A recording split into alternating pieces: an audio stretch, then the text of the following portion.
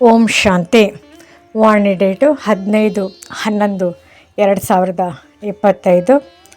ಪ್ರಾತಃ ಮುರಳಿ. ಓಂ ಶಾಂತಿ.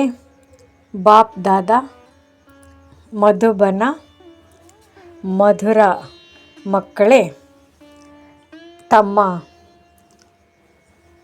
ಚಲನೆಯನ್ನು ಸುಧಾರಣೆ ಮಾಡಿಕೊಳ್ಳಲು ನೆನಪಿನ ಯಾತ್ರೆಯಲ್ಲಿರಬೇಕಾಗಿದೆ.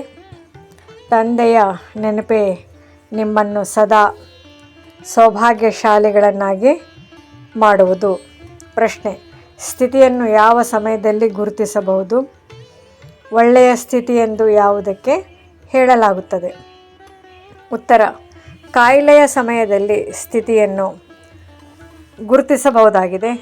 ಕಾಯಿಲೆಯ ಸಮಯದಲ್ಲಿಯೂ ಖುಷಿ ಇರಬೇಕು ಮತ್ತು ಹರ್ಷಿತ ಮುಖ ಚೆಹರೆಯಿಂದ ಎಲ್ಲರಿಗೆ ತಂದೆಯ ನೆನಪನ್ನು ತರಿಸುತ್ತಾ ಇರಿ.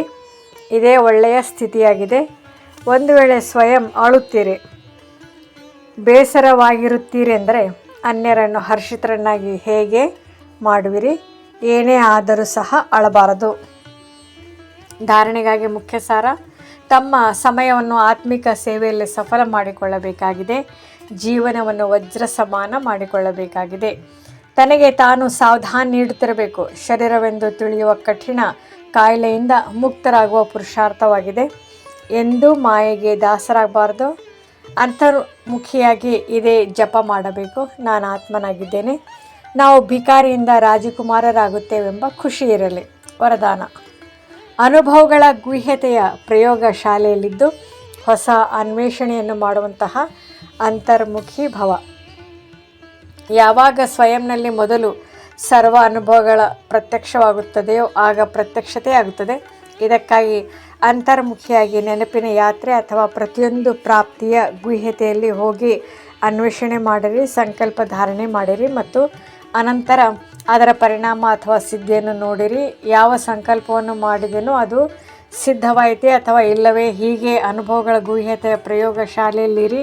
ಅದರಿಂದ ಅನುಭವವಾಗಲಿ. ಇವರೆಲ್ಲರೂ ಯಾವುದೇ ವಿಶೇಷ ಲಗನ್ನಲ್ಲಿ ಮಗ್ನ, ಈ ಪ್ರಪಂಚದಿಂದ ಭಿನ್ನ ಆಗಿದ್ದಾರೆ. ಕರ್ಮವನ್ನು ಮಾಡುತ್ತಾ ಯೋಗದ ಶಕ್ತಿಶಾಲಿ ಸ್ಥಿತಿಯಲ್ಲಿರುವ ಅಭ್ಯಾಸವನ್ನು ಹೆಚ್ಚಿಸಿಕೊಳ್ಳಿರಿ. ಹೇಗೆ ವಾಣಿಯಲ್ಲಿ ಬರುವ ಅಭ್ಯಾಸವಿದೆ ಹಾಗೆ ಆತ್ಮೀಯತೆಯಲ್ಲಿ ಇರುವ ಅಭ್ಯಾಸವನ್ನು ಹಾಕಿಕೊಳ್ಳಿರಿ. ಸ್ಲೋಗನ್: ಸಂತುಷ್ಟಿಯ ಸೀಟ್ನಲ್ಲಿ ಕುಳಿತುಕೊಂಡು ಪರಿಸ್ಥಿತಿಗಳ ಆಟವನ್ನು ನೋಡುವವರೇ ಸಂತುಷ್ಟಮಣಿ ಆಗಿದ್ದಾರೆ. ಅವ್ಯಕ್ತ ಸೂಚನೆ: ಅಶರೀರಿ ಅಥವಾ ವಿದೇಹಿ ಸ್ಥಿತಿಯ ಅಭ್ಯಾಸ ಹೆಚ್ಚಿಸಿ.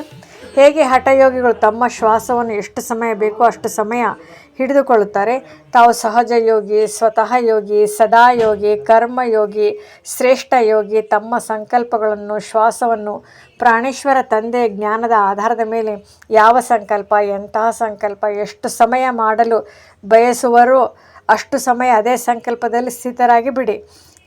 ಈಗೀಗ ಶುದ್ಧ ಸಂಕಲ್ಪದಲ್ಲಿ ನಲಿಯುವುದು. ಈಗೀಗ ಒಂದೇ ಲಗನ್ ಅರ್ಥಾತ್ ಒಬ್ಬ ತಂದೆಯೊಂದಿಗೆ ಮಿಲನದ ಒಂದೇ ಅಶರೀರಿ ಆಗುವ ಶುದ್ಧ ಸಂಕಲ್ಪದಲ್ಲಿ ಇದ್ದು ಬಿಡಿ. ಓಂ ಶಾಂತಿ.